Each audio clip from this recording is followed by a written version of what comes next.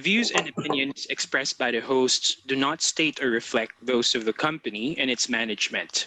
Furthermore, the assumptions, views, opinions, and insinuations made by the hosts or the guests do not reflect those of the show, the management, and the company. Identify, discussed, understand. Casting live from Manila, Philippines, we are Simply Security, helping you streamline security easily. Good evening, Philippines. It's Wednesday again. Good evening, Eric. Hi, Miles. Good evening, listeners. Welcome back to another episode of Simply Security. This is Miles Melia. And this is Eric Alindogan, Welcome to Simply Security. helping you streamline security easily. That's right. And for tonight's episode, It's a we will talk completely about different- human resource and security, but still in the time of the pandemic. Tonight, we have a very special guest who is very generous, share her insights, knowledge, and experience with us as we talk about our topic for tonight. So let me introduce our guest for this evening. So she have worked in various multinational companies as a human resource professional ranging from international financial institution, management firm, property management, and clinical process outsourcing. Her work experience in the past allowed her to experience and learn the various industry challenges and best practices when it comes to human resource management and at the same time a hint of security. Currently, she sits as the Human Resource Manager for Asia Pacific region for DW Morgan Company. For those who are not familiar with DW Morgan, it is a US-based company providing end-to-end and no-touch transportation, logistic, inventory, and other supply chain services to global manufacturing enterprises. So without any further ado, ladies and gentlemen, Miss Odette Marie Derafera. Hello. Hello, Odette. Good evening. Hello. Hi, everyone. Hi. Good evening, Miss Kamusta? Odette. Tell us briefly your background on human resource. Tell us something that most people do not know about a human resource manager. What does a human resource Yeah. manager do? You can look at us as your two-way fortified mirror, no, in the organization. I would say it like that. So we're supposed to reflect each other's side, right? The management side and the employee side. Yeah, you balance But it. there's supposed to be enough transparency that they can look through each other's Yeah. perspective clearly. Mhm. But at the same time, you as a manager should be able to withstand the impact from both ends. Both ends always have like issues. I know. The HR manager is your in between, your barrier. Somehow. It's an interesting position in an organization because you have visibility in a lot of aspects Yeah. in the company. At the same time, you are bound by a lot of limitations because of your Yeah, true. function as well. For your current position with DW Company, what is the interesting thing you do as an HR manager? Well, right now, what keeps me very happy with the learnings that I'm getting from Morgan is basically I'm into since I'm handling Asia Pacific, I have the Asia Pacific perspective, right? So it's no longer just what's Philippines. happening in the Philippines. I have to look Right. at other countries as well, what's happening in them and what will be the major challenges HR side on those countries as well. So it's not just the Philippines. And what I love about me being the manager in Morgan is basically because I'm still hands-on on everything Right. with Morgan. Since you're working in the region, of course, you're dealing with a lot of different cultures. And of Especially course, at the in same time, Southeast Asia. the different issues. So how do you That manage is that? true. Well, I guess my background from the university way back, having had the social anthropology and the psychology background, helped me a lot because it gave me the perspective that each person and each cultural group has their own way of doing things. Yeah. It's just a matter of being open about it and hearing what they have to say and being able to manage the expectations from your upper management, of course. So you have expectations from the upper management and you have below people who are included in cultural groups that have as well different way of doing things. So that's what's interesting about it. Yeah. I would like to ask you, Eric and Miss Odette, what are the observations that you can share with us since you are handling Asia Pacific on how you handle things on each countries? If you can Yeah. if you can share a little about that? They have like My gosh, parang specific HR strategies for each country. In the Philippines, it's fairly easy, no? Kasi nga Filipino tayo eh. So parang Right. automatic sa atin yung the way of thinking, the manner of doing work. And then when I go to Malaysia, and Malaysia is very diverse, to be honest. As in, you have three major groups there. You have the Chinese, you have the Muslim, and then you have the Malays. Malay. And then there, when you go to the office lang, even when you just step into the office, you already see the differences between those cultural groups. So you see how a Chinese employee treats her workspace, and then you see a Muslim employee who treats his workplace, and you have the way they dress. So Muslims are not bringing in their shoes inside the office, so they see their feet, you know, so those kind of things, it's interesting. And then you see how they work together and actually realize that, oh, there's really some point where they merge and they understand each other, right? Because they work together. Ang interesting lang is you just have to be flexible enough and open enough kasi minsan iba yung perspective ng isa and then iba din yung kabila, right? So when there's conflict, it's difficult to determine which side do you want to treat as the right side, right?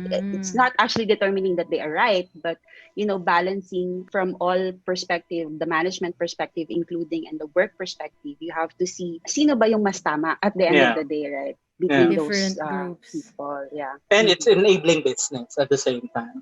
But yes, in relation to the current pandemic, how can you say, are you affected as a region, not only as Philippines, but as the entire Southeast Asia? One of the major actually things that we had to step back and reassess when the pandemic hit was the idea that most of our field operations are comprised of employees that are not tech savvy. These are, you know, drivers, warehouse people. They know how to use their mobile, but if you ask them to use applications in the mobile like Zoom or WebEx or, you know, all of these platforms, oh my God, you will spend 1 week explaining to them how to do it. So, and that's one of the major hurdles that was there in the beginning. I guess it's not just us. I guess the realizations were there for all organizations. How much of your population, how much in your organization are not techy enough to understand the requirements of the transition from working manually, working in the office, working where you have your technical support just a few desks away. And now that you're working at home and you're going to have to serve as your own tech support. Now, you used to work in a security firm. How skill sets or experience were you able to bring in and use when you continued your career as an HR professional? Well, I was in the security industry. The training that I had opened me to a whole new perspective of how to deal with conflicts, how to deal with investigations, how to assess risks, etc. Profile risk. Right, yeah. So that's the most important thing. And then when I transitioned into HR, it just gave me a different manner of looking at things from an HR perspective. So now you would say, when there's a disciplinary case brought to me, I wouldn't just look at what did the person do, what was the violation, what was the code of conduct that was violated, etc. I have to look at, wait a minute, what pushed this person to commit such breach? What right? are the motives, the intention? What's the intention, and then how were they able to do it without someone detecting it or someone raising it to concern? Right. So all of those things, it gives you a different perspective because you're not just looking at it from an HR perspective na. It's more of pumapasok yung security question sa utak ko eh. So kung may butaks ang policy mo and the person was able to go through that hole, get away take advantage of it. Exactly. Then you have to do something about it, right? It's not just about punishing the employee. It's also correcting the system in place. Yeah, it's like more of like a holistic perspective talaga, not on like individual cases. Kasi like siguro following up with what Odette's statement, I always look at it like a, you know, like an iceberg. Sometimes what we see is just the tip of it, but in order for us to be able to appreciate or understand the totality of it, we had to look at what are the underlying conditions, what are the underlying situations. Kasi there is a possibility that this particular employee might have done this simply because he thought that it was okay, simply because it's not part of the policy. There's like a gap in the particular policy. Yes. Well, here's the thing. If I'm not mistaken, of all departments in an organization, it's the HR na integrated na yung internal communication using Right. various kinds of technologies. But what was your experience when the pandemic hits? How are you dealing with the employees of your company? And is it easier or more difficult? At the beginning, it was more difficult, to be honest. You suddenly lose the personal touch kasi, and it's difficult to cope with that.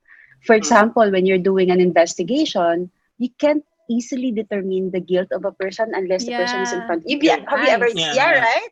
So Face to you see face. the entire manner, the mannerism of the Verbal. person, if they're the nonverbal and the verbal cues, right? So and then you suddenly pandemic hit and you lost that. You don't have that anymore in front of you. So it's difficult because now you have to rely on the voice and how they seem to be in the camera, but you don't know what their hands are doing or what their feet are doing, all of those nonverbal cues. So it's difficult. And to be honest, until now, I'm still grappling into how I will be able to deal with that. Fortunately, at this time, there's not a lot of disciplinary cases that happened in the past good. over the pandemic, right? Which is a relief somehow. But there's still that nagging question in my head that if this happens, how am I gonna cope up with it? How am I gonna do it? How am I gonna deal with it?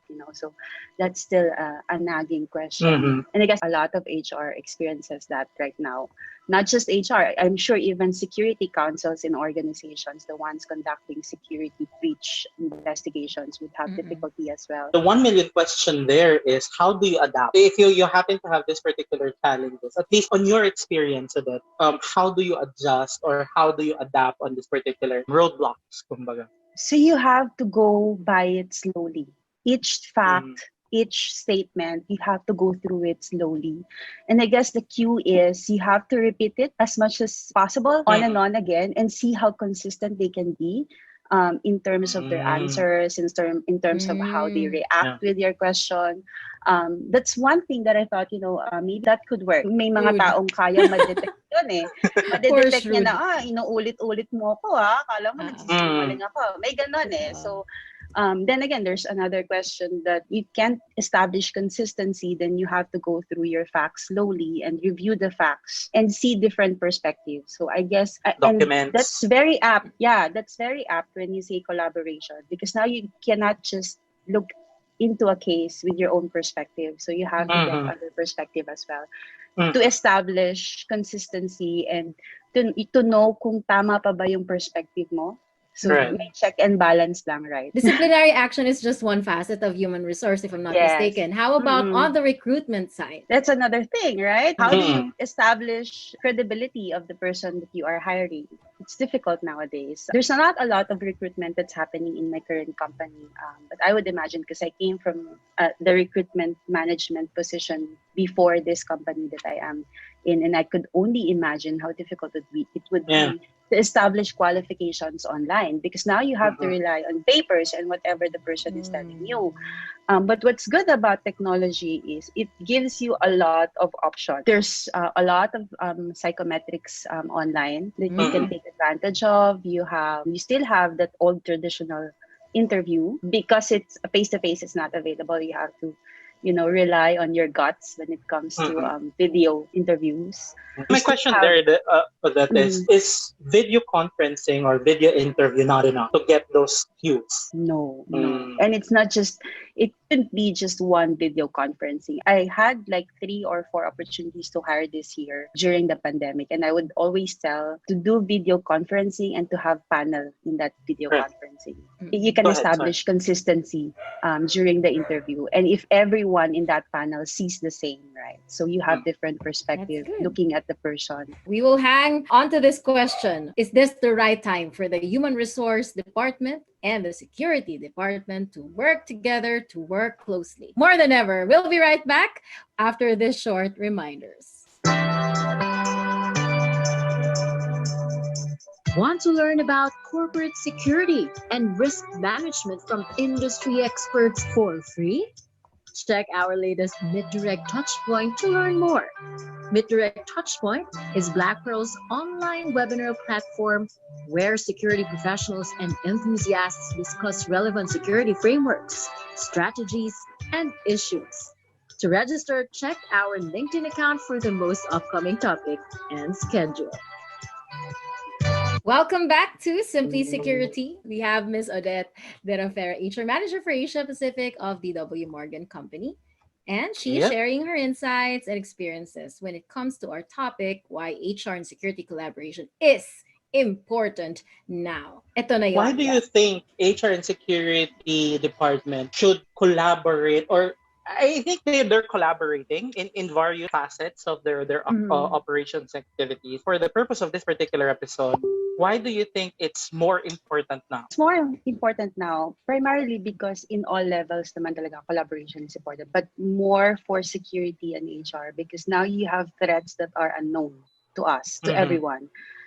In a corporate setting, you have risk that has never been there before because of the remote setup of work. And it's something new for everybody.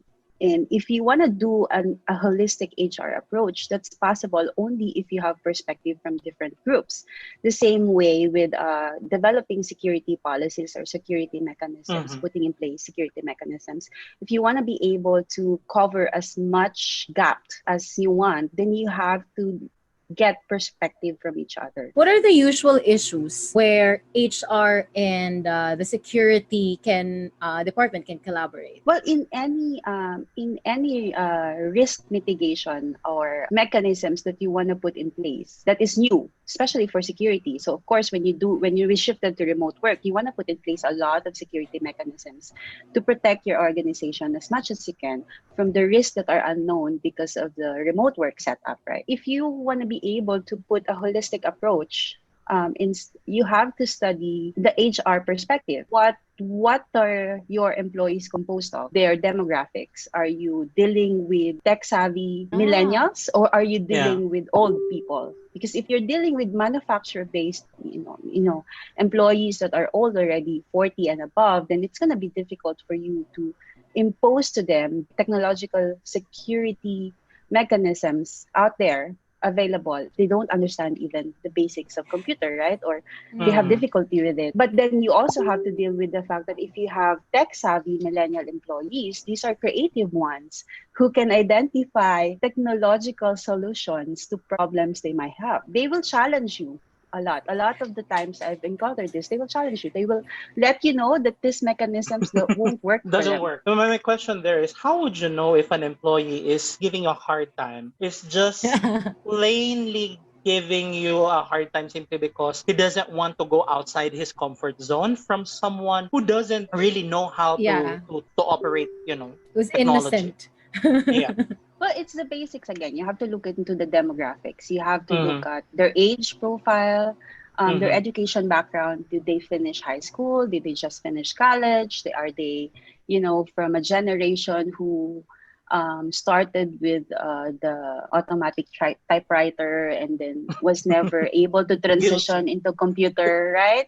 Or are they, you have to study really the demographics and who else can help you with that? That's your HR, right? They have all of this information with them. You just have to tap into them if you're going to develop a security policy. At the same time, HR as well, if they want to develop an HR policy, a new attendance system, for example, they have to tap into security because they have to ask, if I want to implement this kind of attendance system, what are the possible implications in terms of security breaches, etc. So there's a two-way street there somewhere. During orientation or when you orient new employees, do you immediately integrate the security aspect that they should know about? Ideally, yes. It's setting of expectation. It's letting the employee know that these are your boundaries in terms of our security policy. That's very important. They have to know the boundaries when they step into your house. For example, if you're a person, you step into someone's house, you have to understand ano yung hanggang saan lang ako pwede. It's important because it sets expectations. From an HR standpoint then, it's important because it protects the organization from attacks, when they become disgruntled. because then you just tell them, excuse me, you were informed of this right at the beginning. These policies, they're existing before you came into the company and you know it, and yet you still You breach cannot it. just So easily change it. yes, right. So that's Uh-uh. important as well. So you have to really set that as, you know, one of the number one topics in your orientation. Does that include data as well? Oh yeah, nowadays very important to let the employees know their rights, not only the rights of the organization in handling their data, but as well as their rights in protecting their own data and how the company protects that data from them. What information are provided to the employees that are protected, the types of information. I'm sure the last episode you delved into the types of information that There's a are lot. protected, right? That are protected. And The work sometimes processes. those data that you don't think are valuable, Protected. parang Yeah. apparently they happen to have like Yeah. commercial value. I'm just gonna add a lot of the work processes, no, regardless of what position you are in, involves data handling. That's Right. common for Oo. everyone nowadays. Yeah, So you like have to let them Apo. know. You like in the case of DW Morgan, you have clients and you're also working with suppliers. And these are, your work processes is very it's like the gem of your Yeah. business. On my observation about the industry, like I mean on the global market, we're already on a very data driven industry, or like a very data driven economy, but because of the pandemic we've been pushed to be more data driven, especially because remote work operations, work from home arrangements, so to speak. Ako naman, on my end, let me just share the security standpoint that because of the pandemic, we've actually seen, or we've actually reported a lot of cases, but sometimes it's unheard of simply because there are companies who are quite hesitant in reporting it to local authorities. That is why they're saying na parang they wanted it to keep to themselves. My point here, Odette, is in relation to human resource and security policies, what are the major changes or development that at least sa DW Morgan, or at least on your company or organizations, have implemented? One of the major things that we had to go through during the transition into the pandemic was to review all of the tools that we have. Luckily, in the Philippine setup, we have a setup in the Philippines where we work 2 days from home and 3 days in the week we work in the office. But that means the tools that we have, the laptop, the mobile phones that are issued to us already have the security setup, that encryption that we need. But then we have people in the field as well that were previously not provided with laptop, and now we have to issue a laptop because they're going to be working from home. Right, so we have to review our tools and secure all of it, ensure that there's enough encryption and enough security, and then we have to go through with our employees in terms of, protecting company information, ensuring that the employees are aware of what are the possible scenarios where you will have information breach, which is very important for any organization, but all the more for DW Morgan, where you're handling global information, right? So that's kind of what we had to do first. Review all of the tools. The technology people in our organization had to go through them one by one, and that has to be done really, really quick. Otherwise, you lose the momentum of the work. Exactly. Everybody stops working, right? If everybody stops working, then you stop functioning as an organization. So you have to be able to still function and at the same time review the tools immediately to get that established right away. When the pandemic hit. Is there any circumstance or instance na your employee refused to use the company-owned gadget, or I'm more comfortable with my laptop, or the one that I'm using? He's a Windows user. He refused to use like a Mac. I have not encountered it, but I could imagine it would have been one of the scenarios, right? But I've not in DW Morgan, we have not encountered it because a lot of them really doesn't have been issued any before, and they were just issued now. So having one, it's okay for them because before they don't have it, so that's okay for them. They're happy to do it. Gratefulness is there. Yeah, but I'm imagining there would be scenarios where they shift from their personal laptop into their work laptop, which they had difficulty on doing. So yeah. What I'm about to say earlier, when prior to that static problem that I'm having. I think most of us would agree that the pandemic is believed to have caused a silent surge when it comes to various business threats such as cybercrimes, fraud, and even corruption. So let's talk about cybercrime. Considering most people nowadays are working from their, from home and or outside the regulations or supervision of the company, and even from the protection of their IT infrastructure, what kind of policies, at least on the HR and the security department, do you put in place just for you to be able to secure that you'll be protected, or at least your employees will be protected against such attacks? Well, the first one is to control the flow of information. So you have to define the need to know basis and who needs to know the information, where an employee, this is the only information that you need and you will deal with that information alone, versus everybody knowing. Because it used to be in an office setup, the person sitting beside me, I would know easily what information they have, right?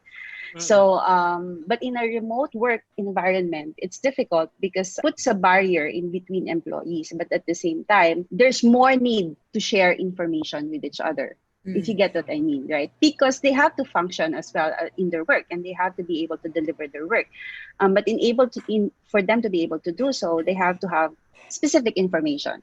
So I guess what's very important, and you have to look into that if you are an organization right now dealing with the same problem, you have to look into the information flow and what information goes into who and how that information goes through that person to that person, right? So and the dynamics of that little mechanism you put in place when you look into tools and the technology that we will be using in terms of information sharing. On a nature perspective, what is the extent of the liability of an employee in the event, let's say, that they've become a victim of such attacks? Are they liable? They are, yes. But it's also highly dependent on how the HR were able to disseminate the information of the violation, right? So if it's part of your code of conduct or if it's part of your security policy, you have to be able to clearly define the violations. What are the breaches that are considered violations, and what are the punishment that is equivalent to these violations? I'm trying to jump from one topic to another because I'm looking at on a security perspective. Like, since you're in an industry, in a supply chain industry, and because of the pandemic, there are a lot of border controls or a lot of transportation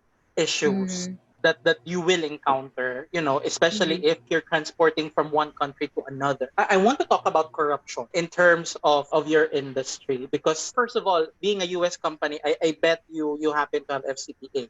You're covered by we are. So how would you manage, or how would you and the security department of Morgan handle corruption issues? Well, it's really about the organizational culture that was established now, how much you tolerate of it.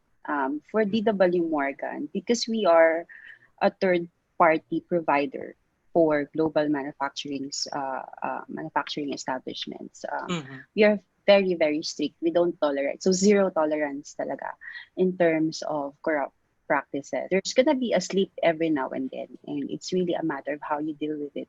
If there is a slip, it's like what is acceptable as an organization, and if it's ingrained in every employee that they know that it is not acceptable and they themselves know and will not do it. I think Morgan has come to that point already, that even our field employees, the people who are driving the trucks or the people in the warehouses, they knew already, or the people who are stationed in the customs departments of different countries, they knew already what the boundaries are. They knew what they can do and what they cannot do. I guess it has to come to that point, but I'm pretty sure there's a long process. Yeah, there's a long process of establishing that kind of practice within Morgan before they came into this kind of culture. Now let's go to the care aspect of being an HR manager in the time of this pandemic. How do you make sure that the employees, especially those who are on the ground, are protected from COVID-19? Yeah, duty of care. I know, right? That's a very interesting topic. It's a very interesting topic, and I might not have all the answers for you guys. It's okay. It's okay. Yeah, but what we have done was completely establish a VCP group on each location, and an emergency group on each location, and a communications protocol. So it's a clearly defined communications protocol where if one employee was exposed, there's a level of exposure that is also defined, right? So if it's just a low risk exposure, if it's a high risk exposure, if they were really tested and they were positive, there's different actions equivalent. The actions are coordinated actions from the supervisor level up to all the way the executives, right? Because even the communication to a partner, for example, the driver was the one exposed and the driver has gone to 10 warehouses, right? You have exposures to all 10 warehouses. So now you have communications on an executive level to the other executives of the partners, right? Because they have to be aware if there is an exposure. So there's that level of protocol that we had to go through and establish at each point, how you go through the information that will be sent out to people and the actions that are needed for each level. With that, do you include the security department on the contact tracing? Of course, yeah. They're actually the first ones that we have to include and reach out to. So normally they say it's the responsibility of HR. But for us in the company, HR per se, we are more on the coordinate actions on the ground because we're not on the ground. The ones on the ground are the field employees, the supervisors, the security people, the ones who have the information. In terms of the exposure, etc. So it's kind of integrated. It's very like HR and security tasks and functions are like almost one and the same. They have to be hand in hand, yeah. Exactly. So how do you draw that silver line? Na parang, oh, this is an HR task, this is a security task. That's difficult, to be honest. It's difficult. Kasi parang if I'm looking at it like on an incident response situation or scenario, the last thing that we want to have is like an HR manager and security manager pointing fingers na, oh, it's your job, not mine. Diba?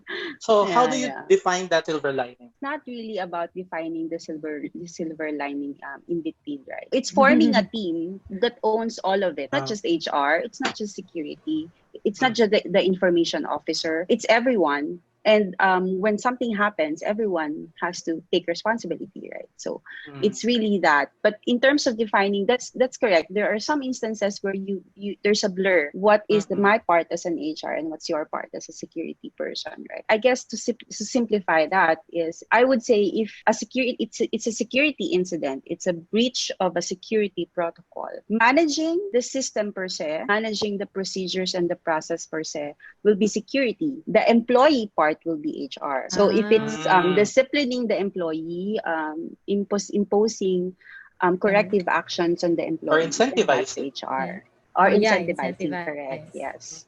So that's HR per se. But correcting the system on its own or the mechanism of security, that's security. And let's talk about fraud. Kasi, fraud is probably the most common internal threat when we talk about organization. What I learned being in the security industry, you have that fraud triangle. So for the purpose of Miles, who probably not familiar with the fraud triangle. Fraud triangle, you happen to have like three components. You have the opportunity, the rationalization, and then the last will be the pressure or the initiative. When I look at what's happening in terms of the pandemic, remote work allows many employees the opportunity to get certain assets, information, and to commit fraud easily. Kasi there's little supervision. Most of the time, the company doesn't have full control of the employee's activity in a work from home arrangement. And then you have that rationalization na at the end of the day, that employee needs to do this fraud simply because he has to give to his family because it's challenging times. And then, of course, you have that pressure na he have to get that money or more money for that matter. Kasi let's say yung wife niya nawalan ng trabaho, kids niya has to shift to online learning. So on and so forth. So considering you are in the supply chain industry, how do you prevent fraudulent acts such as pilferages or falsification of documents from happening? Well, again, I go back to your information flow. You really have to take a good amount of time and effort in establishing your information flow. The level of access of the employees to the information and what kind of information they will have in the computer. I know a lot of the organizations nowadays are using Dropbox, Google Share, digitized. Google Folder, digitized, right? And you have all of these documents out there in the cloud. It's secure in a sense because cloud have their own security protocols in such sense. But once the folder is there in my access, right, I have full control on what I can do with that folder. Whether Google or Dropbox has their own security protocol, if it's on me already, I can use it however I want to use it, right?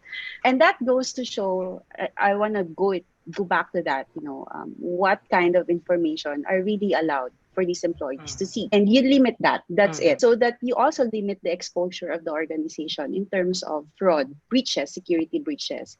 It could be fraud, right? It could be a simple act of a daughter or a child would come into your computer and delete this information from your computer. Yeah, true. You won't know, right? It happens. Yeah.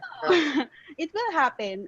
So it's bound to happen. So you have to really look into the flow of information. And that's where the perspective of your information officer, your management, the people in the field, the one who controls your work processes, HR, and your security, to look into that and formulate that kind of overall perspective. Here's a question. What if an employee is complaining, but instead of writing an email or calling the attention of the company or the HR, he or she posted it on social networking sites? That's actually very interesting because and it's not just during pandemic. That kind of instance has been one of the threats when social media started to boom in everyone's everyone uses social media. So I'm just saying it has always been there, and one of the few key things that HR has to do together with your I don't know if they have a separate information officer or whatever, is go back to your social media policy. What are You have to have one. Yeah, you have to define what are those that are considered unacceptable for the company. Define your boundaries. If it's a post that doesn't mention a name and doesn't mention the company, but it mentions a specific instance in the company where all employees are aware about, but it doesn't, most of us do that, right? Yung mga pahaging mo, di ba, sa social blind media. item. Pa-blind item mo. Is it a violation already? So you have to know, acceptable pa ba siya sa organization mo or not? Or even yung my story of your payslip, for example.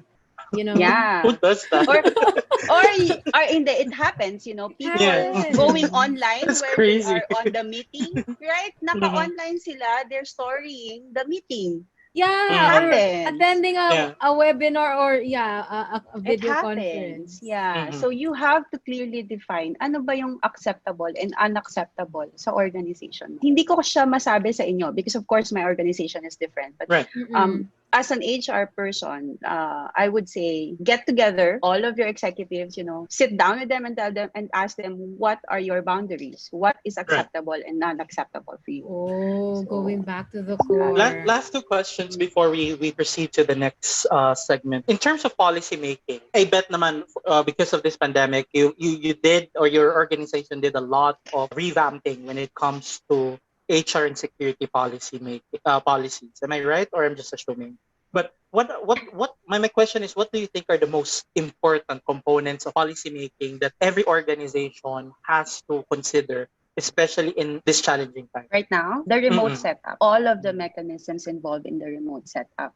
When I say that, you have to look into what's the current situation in the locations, right? If you're handling different locations, even if it's just in the Philippines, what's the current situation of Manila versus the current situation of Cebu, for example, or Davao, for example? You have to consider that because that will tell you what are the boundaries of your employees. Can they go out? Can they not go out? Are they bound within their small community, etc.? The next thing you have to consider is what is available to your employees technology-wise. You have to ask that. Technology-wise, what can you utilize? Most of the Filipino people have mobile phones.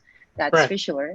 And that's a technology you can take advantage of. And some of us take advantage of that, really, the mobile phone. Many employees would ask, should the company shoulder the purchasing of or even gadgets, the net connection, or even the internet connection? Yeah, that's interesting. I recently had a big discussion about it with the management of my current company because we want to understand what's the extent of the liability of the employers in terms of providing tools to the employees, because that's what Dole said. Dole said, okay, we will allow you to get them to work from home, but you have to provide them the tools they need. But Dole did not tell you what tools are they. right? Yeah, Hindi naman exactly. sinabi ni Tole sa'yo na, bibigyan mo siya ng mobile phone, bibigyan mo siya ng laptop, etc. So we had to end up, agreeing that everyone will be given the required tools. The mobile phones are not provided by the company. So everyone is restricted in a sense, except the management, the executives. The executives are provided with the mobile, the management level, right? But the field employees not. So that's not, the mobile phones are not encouraged for our field employees. So they have to use the tools that are provided for them. And then the next question is for those who are given a remote work home setup is, what's the extent of the responsibility of the employer in terms of the utilities? Yung kuryente mo tumataas, di ba? Kasi lagi kang online. Yeah, that's problematic kasi like how would you know this is my electric consumption for work-related activities from my electric consumption for non-work-related activities? Although this is beyond the topic. I'm just saying that it's quite problematic. That's a big question as well. I won't have the answer for you for that question. I don't know. Because we are still in that section of defining whether utilities are really an employer's responsibility. Sasabihin ng employee kasi sa'yo, binigyan mo ako ng laptop, paano aandar yung laptop kung walang kuryente? In an office setup, may kuryente sa office, isasaksak siya doon, di ba? That's how you see it. And then all of a sudden, you're on a work from home setup and you are given the tools, but you're not given the utilities to use those tools.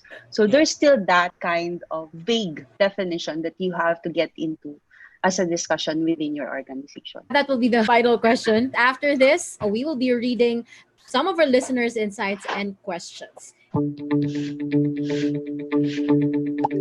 Tonight's episode is brought to you by Business Profiles Incorporated, leading the way to strategic corporate risk and security management solutions.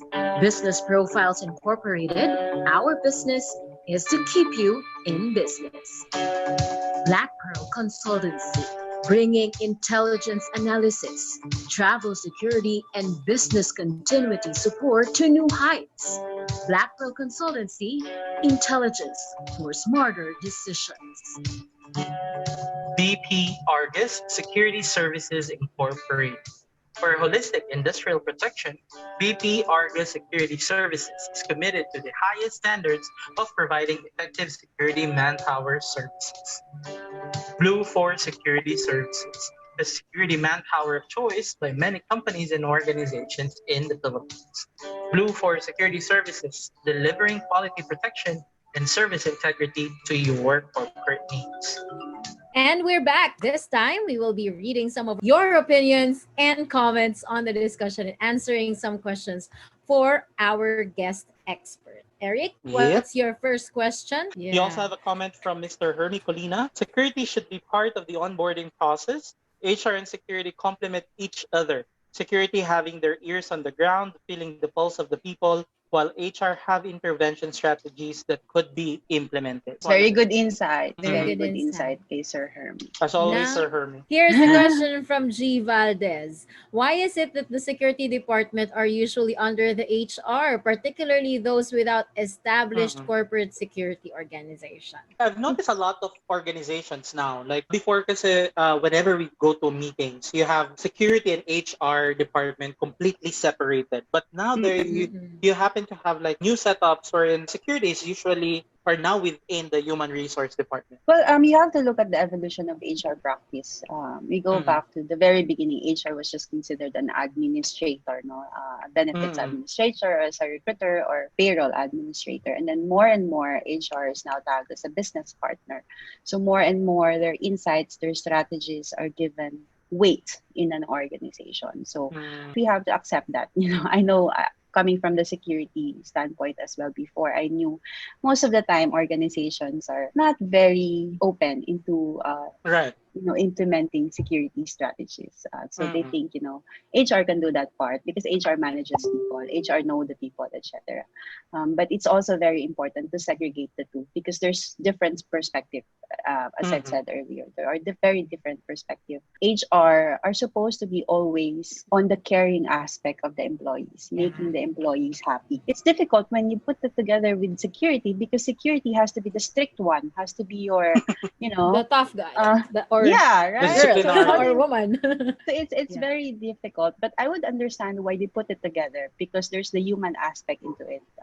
Yeah. Risk and threats are mostly defined by the ability of your Oh. people. There's that human aspect into it. Kaya pinagsasama sila. Another question from Mr. Hermy Colina. How about BYOD strategy? Do you think it is desirable? Why is it what What what does is BYOD? BYOD? Bring your Wow. own device strategy. Okay. It depends talaga on your tolerance as an Mhm. organization. What I is would agree. acceptable and not acceptable. So Kayo you will talaga. define. It's really you who will define it. And what kind of mechanisms you will put in place if you implement a BYOD, because there's a lot of risk there. When an employee resigns, he brings his own laptop inside, he brings his True. own Right. laptop outside. You don't know what's inside that laptop when it goes outside your organization, right? So Mhm. there's that level of tolerance that you have to define what is acceptable and not. But the question there, Odette, is who should define that tolerance? It's your executive who will Mhm. define, who will tell you what is unacceptable and acceptable. The details of it, you have to work through it with The your security IRR. people, right? Oo. So your security people and HR will have to work through the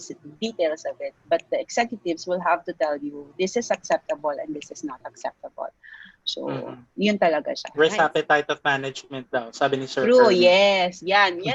Totoo yung, yung mga Mhm. ganong terms ni Sir Hermes. How about, ito may more of a suggestion, the government giving allowable deductions to employees like cost of broadband electricity? Well, I hope the government implements that, but I doubt if they're too busy with Hirap. something else, no? I would wish that they would be able to implement some form of a tax relief when the organization would Should be. implement something like that, right? Where they would shoulder employees, utilities, or etc.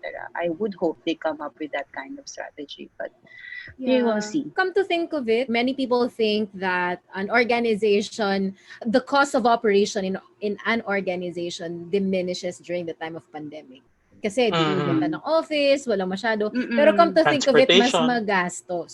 That's true. It's more costly. If everyone in your house right now have their own little rooms kung saan sila nag-work, and you all use air condition, so it means on different shift naka-on ang air condition, Right. it pumps up your electricity, right? So Mhm. there's this little things, and sometimes you have to install another source of internet because your internet doesn't work. It's not reliable. You have to have two kung maswerte ka, pero data na lang, tapos Data, your plan will, use your data, tataas yung cost naman ng mobile plan mo, right? So there's those additional costs that I And this would becomes the suggest. rationalization for fraud. I know.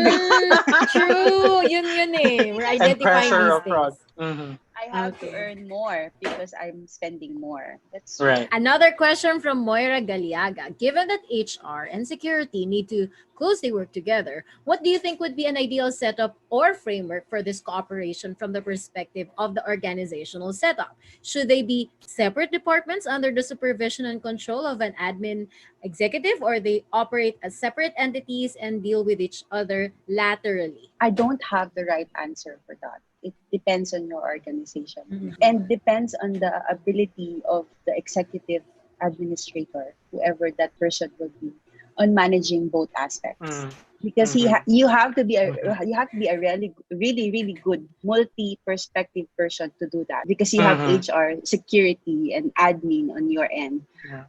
And if that person has that ability, oh my God, very good. But come to think of it, I've seen a lot of Japanese companies who would usually do this kind of setup, wherein, like, for instance, this quarter or this fiscal year, you'll be an HR professional or you have an HR position.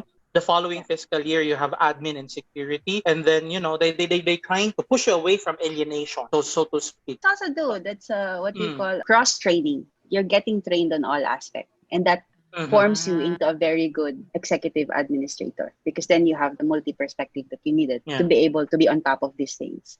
But it takes time to develop such person. So I would say if your organization have that kind of person, hold on to that person. It's difficult to Agree. come up with such person. Most of the time, you will need a consultant for that aspect, someone who will be able to view all of these processes on a different Outside standpoint. looking in. Okay, now from Giovanni Shalvo. Is there any opportunity to have a full support of HR department in an organization to security department to implement the guidelines in the establishment with members of labor union or cooperative, like in the manufacturing industries? Because lots of misunderstandings and challenges that that are happening whenever company policies are firmly implemented. That's a very different situation. I've never been with a unionized company, to be honest, and I would not have the correct answer for that. But I would say, and I go back to that, forming a team where they own the entire process, right? Okay. And this would be a multi-perspective team from different aspects of your organization. It's more of like an organizational champions. Like you have a champion coming from HR, security, legal, operations, working side by side. Kasi yeah, you're correct. Like the best practice for that is you don't look at issues or concern or like a company issue or company concern in just one perspective. You have to look at it on a more holistic perspective for you to be able to provide a more, of course, holistic robust solution. What are the usual conflict between the HR and the security? It's the amount of care the HR has for the employees. Sometimes we care too much. Sometimes we care too much to the extent that we defend them even when they're wrong. And then you have security telling you, "Are you kidding me? Yeah. You can't do that." So sometimes. So how do you balance that to them? HR has a very interesting job they're like Libra. They have to balance both employee and both management, diba? Yeah. So, kunyari, let's say security saying, no, this particular person is the mastermind. And then you're saying na parang, no, we have to conduct due diligence. And sometimes doing that prolongs everything up to a point wherein you miss that opportunity of catching that particular person. And then you put yourself in a dangerous situation as an HR. That's true. It happens. I guess it comes with the learnings as you go on into HR. As you mature into your role, you will understand your own boundaries. Up to what point shall I defend the person? Up to what point shall I be able to say to security, no, I will stand up for this person. Determining whether you're still on the right or on the wrong already. It's really being open to that self-realization, right? Because it happens by instinct. You as a person would come to that point where you say, what did I do, right? That wasn't the right thing to do or something like that. And then you realize, so you have to go back to your security person and say, I realized something and then we have to fix this issue. So it's really but that's more an of ideal collaboration. World, I know, right? Sometimes ego comes in and you don't want to say sorry or you don't want to be polite. Well, you don't necessarily need to say sorry. You don't need to say sorry about something if it doesn't merit a sorry, right? You don't need to apologize. You just have to go to that person and say, we have to fix it. What shall we do? You don't have to go back and say, I'm wrong, you're right, etc. No, if there's a problem, there's an existing problem, you have to focus on the solution, right? So you have to go to be able to work together in finding that solution. So there's this problem, we have this issue, what shall we do? Let's sit together and work on this. Comments from Avina Alapag. I think she's coming from the previous question regarding the union. Our organization creates a cross-functional group to be able to create robust solutions to balance negotiation terms. I think she's supporting what you've mentioned a while ago. You have to. Now we have a question from an anonymous attendee. What changes did the pandemic cause in terms of your job as an HR? And what are your tips in going ahead since the pandemic isn't going to end anytime soon? No, like I said earlier, you suddenly lose that person-to-person touch when you're doing your HR work. And it's difficult to manage and shift perspective. So you go by it slowly. You have to be able to get as much perspective as you can on things. And then you have to be able to quickly adapt into technologies. I just suddenly realized a few days ago I had to do an online training, right, for my organization. And I realized I don't know how to do a recorded Zoom video because I only have to do it once and then the rest don't worry, all of us encounter that problem. We are on our third episode it's and we're still having difficulties. It's a 2020 skill that we should know and we should master.